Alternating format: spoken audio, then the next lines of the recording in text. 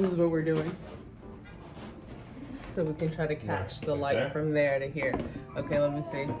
Hey guys, my name is Judith and this is Urban Wanderlust. If you're new here, I make videos all about the behind the scenes of a candle company. And if you're an OG, welcome back. So in today's video, we're going to be talking about the differences between wholesale and private labeling. So many of you guys have been asking for a video on this topic, specifically wholesaling. I feel like I might make another video really just going into the details of wholesaling because I feel like that's a whole nother beast. So today we're really just going to be diving into the differences between wholesale and private labeling to hopefully help you guys decide which one you'd rather do.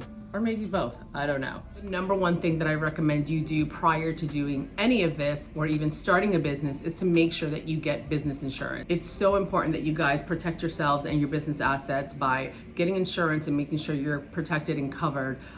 Also becoming an LLC or a corporation, just legitimizing your business will help you separate your personal assets from your business assets. If that's something that you guys would like for me to cover, let me know down in the comments if that's another topic, and maybe I can record that video a little bit later. So let's dive into wholesale first. So wholesaling is the next natural step after you've been selling retail or e-commerce for a while. The typical discount that people normally do is 50%. Some have done 45%, 40%. It's really up to you. You can discount your products for as much or as little as you feel comfortable doing. The typical rate is 50%.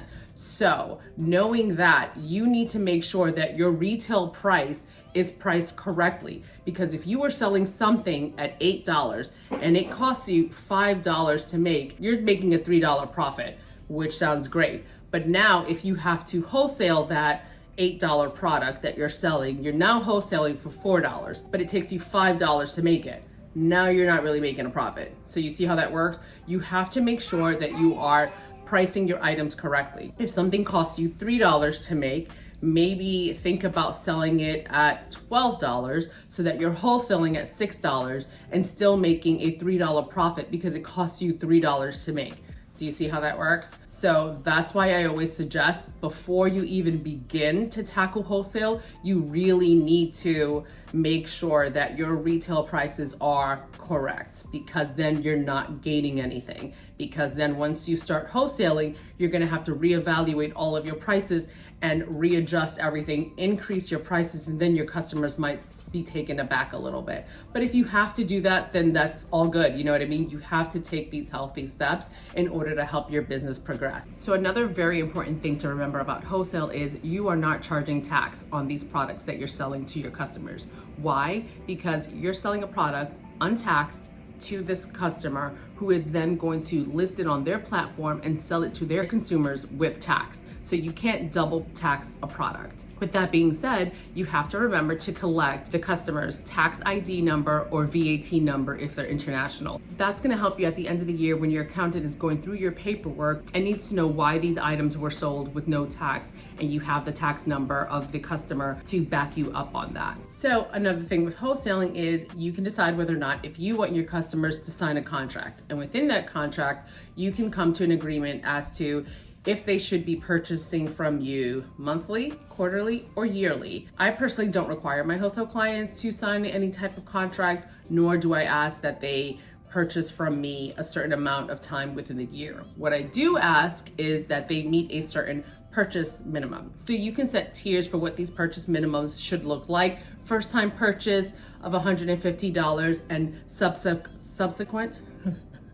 subsequent purchases $125 or $100. You can make up what you want that wholesale minimum price to be. My personal amount is $150.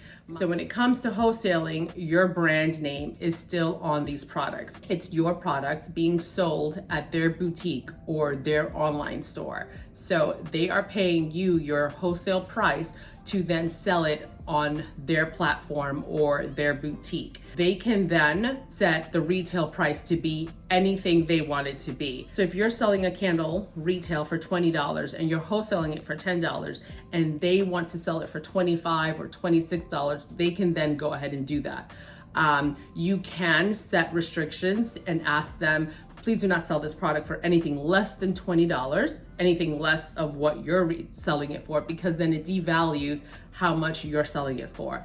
For example, I sell these cute little matchstick holders on my website, which I of course wholesale from someone else. She has asked me not to sell it any less than $24 because it then devalues how much she is selling her product for on her website. So you can set those type of rules to your clients if they're wholesaling your item. Another important factor that I forgot to mention is shipping. I feel like if you're wholesaling and private labeling, you should not be offering free shipping, and that is because you're already offering your customers the cheapest rate for your products at 50%. And then for you to cover shipping can be anywhere from $20 to $50 depending where you're shipping to and from. So you should not have to pay that price. I feel as though your customers should be paying that price. And that is what I personally do.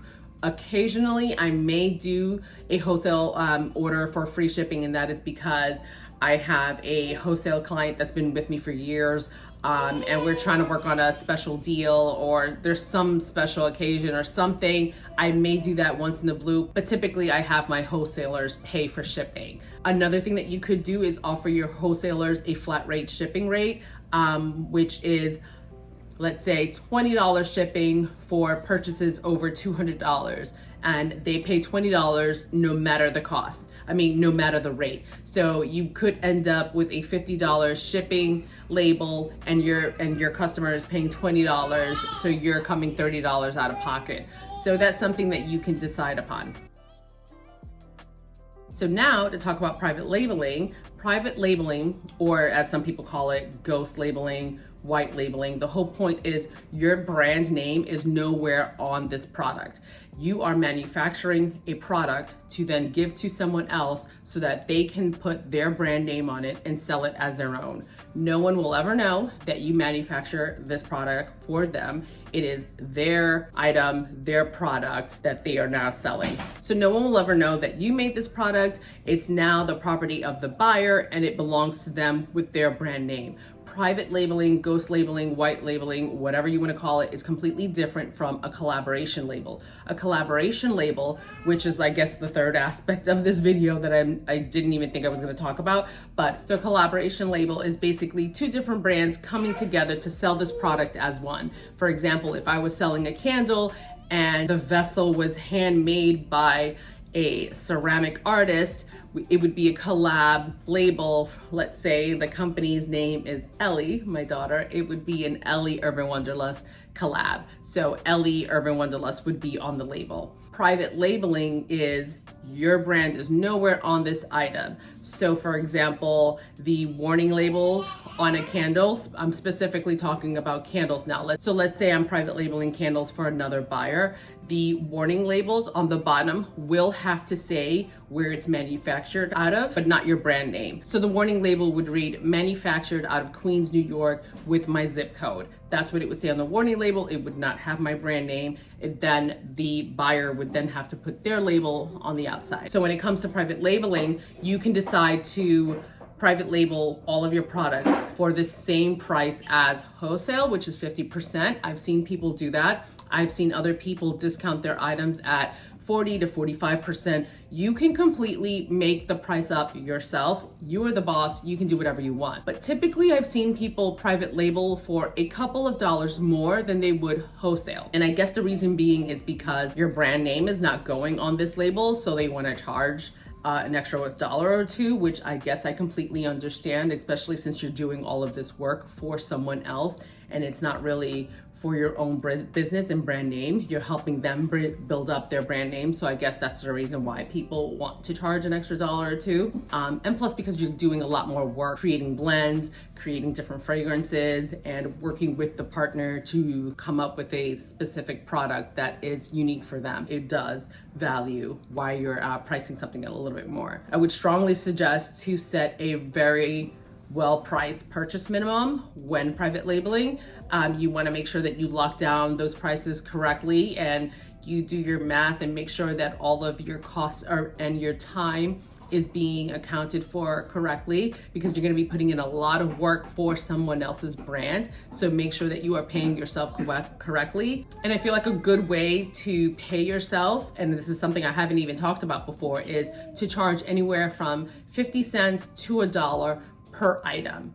And you can decide what that value is depending on the luxury type of the item that you're selling, if that makes sense.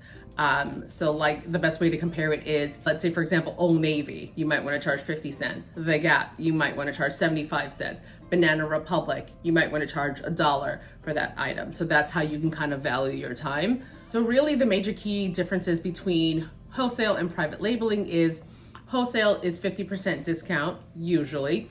Private labeling is anywhere between 40 to 50% discount on the item. You always want to make sure that you are pricing your retail prices correctly, because that's going to help you lock down a very healthy wholesale price.